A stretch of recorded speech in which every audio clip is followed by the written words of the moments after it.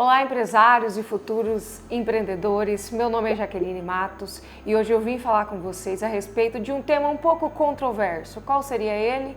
Acordo de sócios sem o auxílio de um advogado. Está preparado para isso? Pois bem, você deve estar se perguntando, mas Jaque, isso é possível? É possível elaborar um acordo de sócios, um contrato tão formal, sem o auxílio, sem a orientação de um advogado?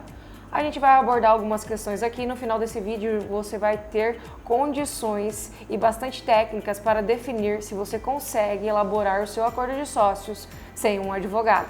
Pois bem, vamos começar pelo início. O que é um acordo de sócios? Aqui a gente começa já a detalhar para que esse documento serve, qual a importância dele, se realmente eu preciso. Então, se você não tem sócio, pode voltar, não precisa participar dessa aula, não precisa assistir. Mas se você tem sócio ou está pensando em ter um sócio, essa aula é para você. O acordo de sócio é o documento que vai reger essa sociedade, ou seja, é o código de conduta de como a sociedade funciona. É a regra do jogo para que essa sociedade aconteça e cresça e seja um sucesso no mundo empresarial. Então é um acordo muito importante porque ele vai definir exatamente como cada sócio vai se comportar dentro dessa sociedade e quais as funções e atribuições ali dentro da sociedade. Então, começando aqui pelo início, por que será que alguns empresários querem fazer um acordo de sócio por conta própria? Será que é pela economia de custos?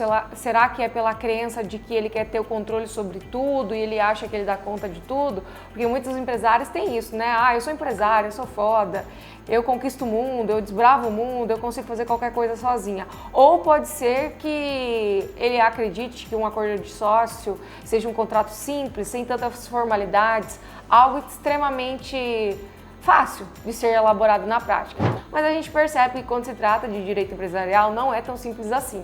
Então algumas coisas precisam estar muito claras para você antes de pensar em elaborar esse acordo. Nessa sequência, antes da gente mergulhar de cabeça, a gente precisa analisar quais são os riscos pertinentes de se elaborar um acordo de sócios.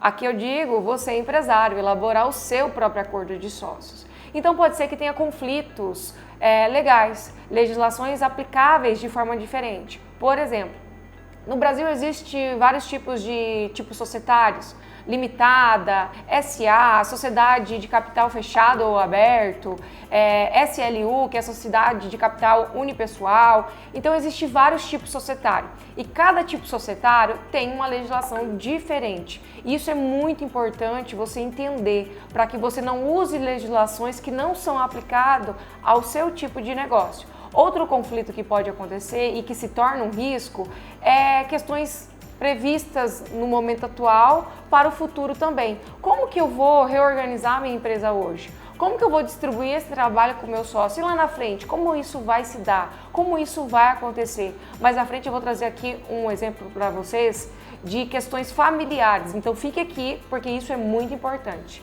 Ou a possibilidade do seu acordo ele não ter efeito vinculativo, ou seja, ele não está conectado às disposições legais ou até mesmo o seu contrato social. Gente, contrato social é aquele documento que dá inauguração ao seu negócio, ele abre a sua empresa. O acordo de sócio é o que inaugura a sua parceria com outra pessoa, ou seja, a sua sociedade. São documentos distintos com finalidades distintas, não são os mesmos documentos, tá? Acordo de sócio é uma coisa, contrato social é outra coisa.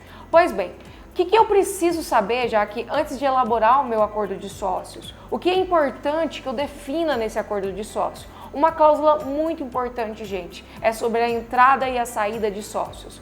Como que um sócio vai entrar na nossa empresa? Como que um sócio vai sair da nossa empresa? Como que vai ser avaliada as cotas dele na entrada? Como será avaliada as cotas dele na saída?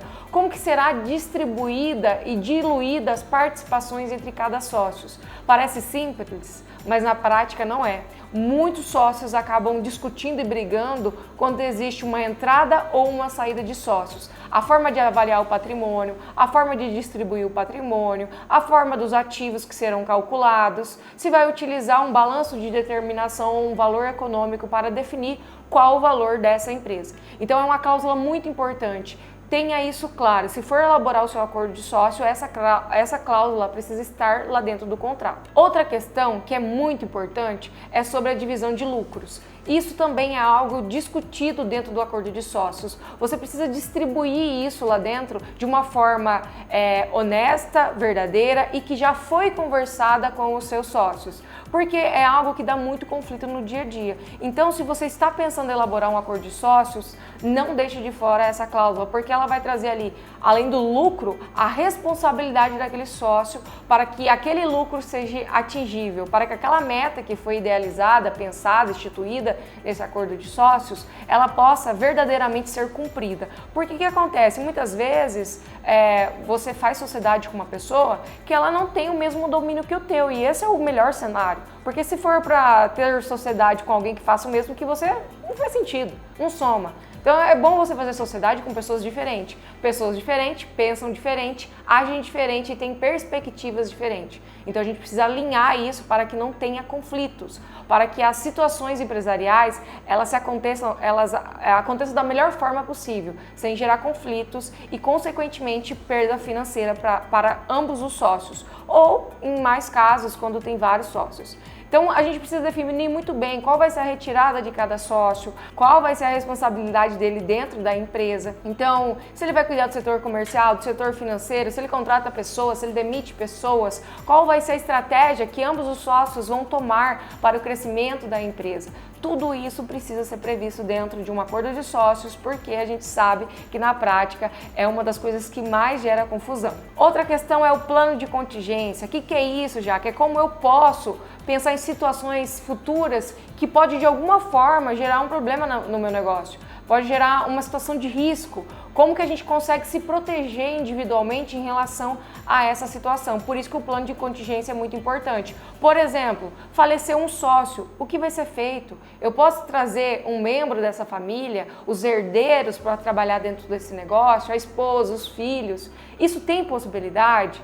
Então, você precisa definir muito bem, ter esse plano de contingência e as cláusulas que conectam a isso.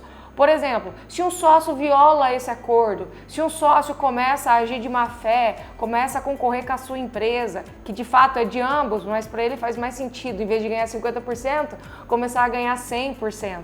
Isso também pode ser uma cláusula de contingência, uma forma de excluir um sócio. Então, existem várias formas, várias cláusulas que devem ser pensadas para proteger o seu negócio.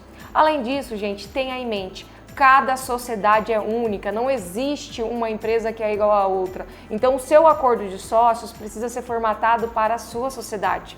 Não fique perdendo tempo procurando modelo na internet, criando cláusulas desconexa com a sua realidade, desconexa com o seu negócio. O seu acordo de sócio precisa ser pautado na sua realidade, dentro das funções e atribuições que cada sócio tem dentro da sua empresa.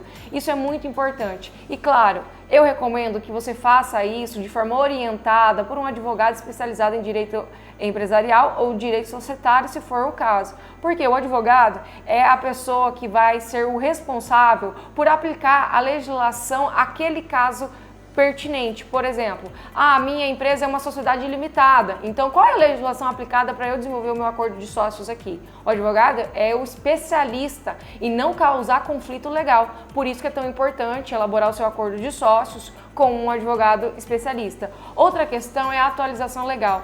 As leis, elas têm constantes atualizações, então uma cláusula, às vezes, que foi criada no seu acordo de sócio lá em 1980, já não tem mais validade hoje, precisa ser atualizada. Então o advogado é o responsável por atualizar, por trazer essas questões na pauta de discussão do acordo de sócios. E também criar todas as formalidades contratuais, elaborar as cláusulas, pensar em situações de riscos que a empresa já tem ou situações de risco no futuro, como blindar o patrimônio dos sócios em relação à questão empresarial, como proteger esses interesses a longo prazo, né? Como que o advogado pode te ajudar a ter essa visão de futuro e de crescimento da tua empresa. Então, a minha dica é o seguinte, se você quer elaborar um bom acordo de sócios, você quer proteger a sua sociedade, o bom andamento do seu negócio, o crescimento saudável dessa relação que você está construindo, contrate um advogado,